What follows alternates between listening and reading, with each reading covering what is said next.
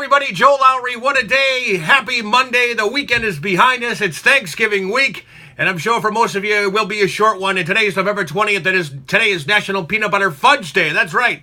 Just by adding some peanut butter to your fancier fudge, and you can celebrate this yummy day. Well, the New England Patriots are red hot as they notched their 8th win of the season by literally dismantling the Oakland Raiders 33-8 in Mexico City yesterday. Tom Brady just seems to be getting better and better each week as he was 30 for 37 with 339 yards passing and 3 touchdowns. No doubt a candidate for AFC Offensive Player of the Week. The Pats were clicking on all cylinders. The highlight, no doubt, was that monstrous 62-yard field goal by Steven Gostkowski.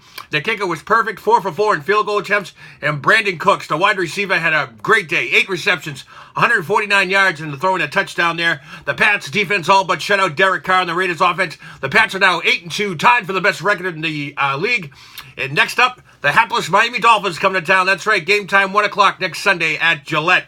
Sad news out of Irving, Texas, as former Patriot and Dallas wide receiver Terry Glenn died in a car accident. Dallas authorities confirmed the accident at 12:18 this morning.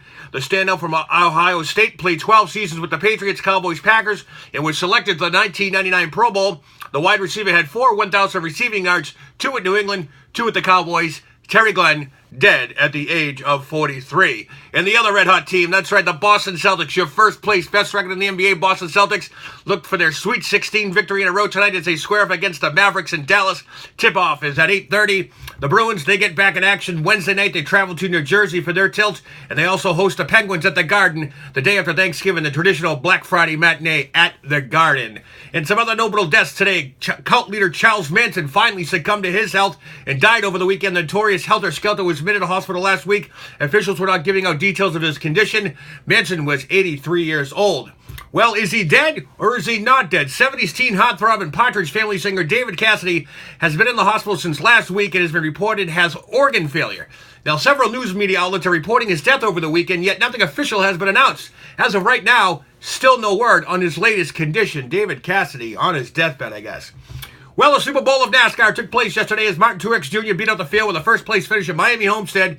He's now your 2018 Monster Energy NASCAR champion, and certainly he was the crowd favorite. It was a perfect ending to a very sentimental weekend, as we all did. We bid farewell to Dale Earnhardt Jr., as he is now officially retired. Jr. has been celebrated at every race this season, no exception yesterday in Miami. Also, Danica Patrick announced on Friday that she will be stepping aside from full-time racing, but although she is coming back for the Daytona 500, and who else forget Matt Kenseth? He'll be not back next season. People are scratching their heads on that one, folks. Now, there are some big names to fill, and I'm not sure what they're going to do, because right now, NASCAR continues to deal with attendance issues, their popularity and all that stuff. Dale Jr., who is basically NASCAR spokesperson, is no longer racing. A lot of experts are now looking for that next big guy to step up, or little guy, whatever your preference is. On the lighter side, you will see Dale Jr. next year, as he is going to be in the booth calling the races on NBC. Whether he's playing Han Solo or Indiana Jones, actor Harrison Ford seems to be at the right place at the right time. Ford was seen helping and aiding victims of a horrible turnover car accident in Santa Paula, California yesterday. The accident took place around noontime eastbound on Highway 126 when a sedan struck a tree and rolled over. Ford, who was in the area, heard the loud bang and immediately ran over to assist. Witnesses say he was acting as a good Samaritan until the rescue teams got there. And Harrison, who's an avid pilot, was actually coming from the Santa Paula airport after being in the air for a few hours. Well, one of the largest domed stadiums collapsed Monday in a pile of jagged concrete in downtown Atlanta. An implosion, that's right, nearly 5,000 pounds of explosives were used to blast down the Georgia Dome in Atlanta, blasted to smithereens at 7:30 a.m. this morning. Onlookers from all over the place, nearby streets, restaurants, windows, all watched the destruction take place. And I'll tell you, the dome opened in 1992, and it was flattened in just about 15 seconds. Amazing. And of course, we all know the dome has been replaced by the $1.6 billion Mercedes-Benz Stadium next door. That's where the Atlanta Falcons play. Well, seems like the Grim Reaper is making its rounds today. Della Reese, the singer and actress best known for her role as Tess in the series Touched by an Angel, died. Her family stated she has been battling diabetes for years. Della Reese passed away at her home in California. She was 86 years old.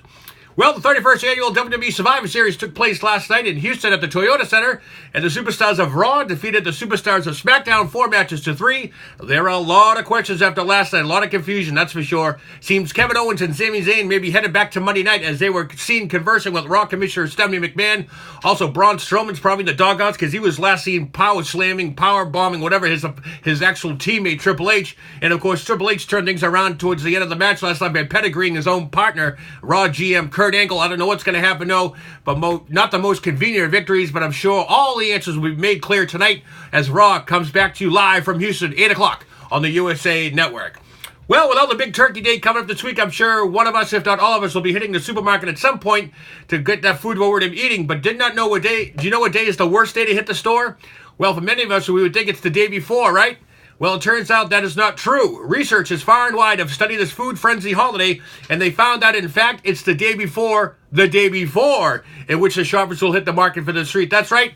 Tuesday is now known as the worst time to go to the market for shopping, and the reason is quite simple. Most people think Wednesday is going to be the worst day, so they go Tuesday. I don't get it. Makes sense, right, folks? I'm sure it's just a matter of time when the worst day to go will be that Monday, but if you saw what I saw this past Saturday at the supermarket, you'd tell those researchers otherwise.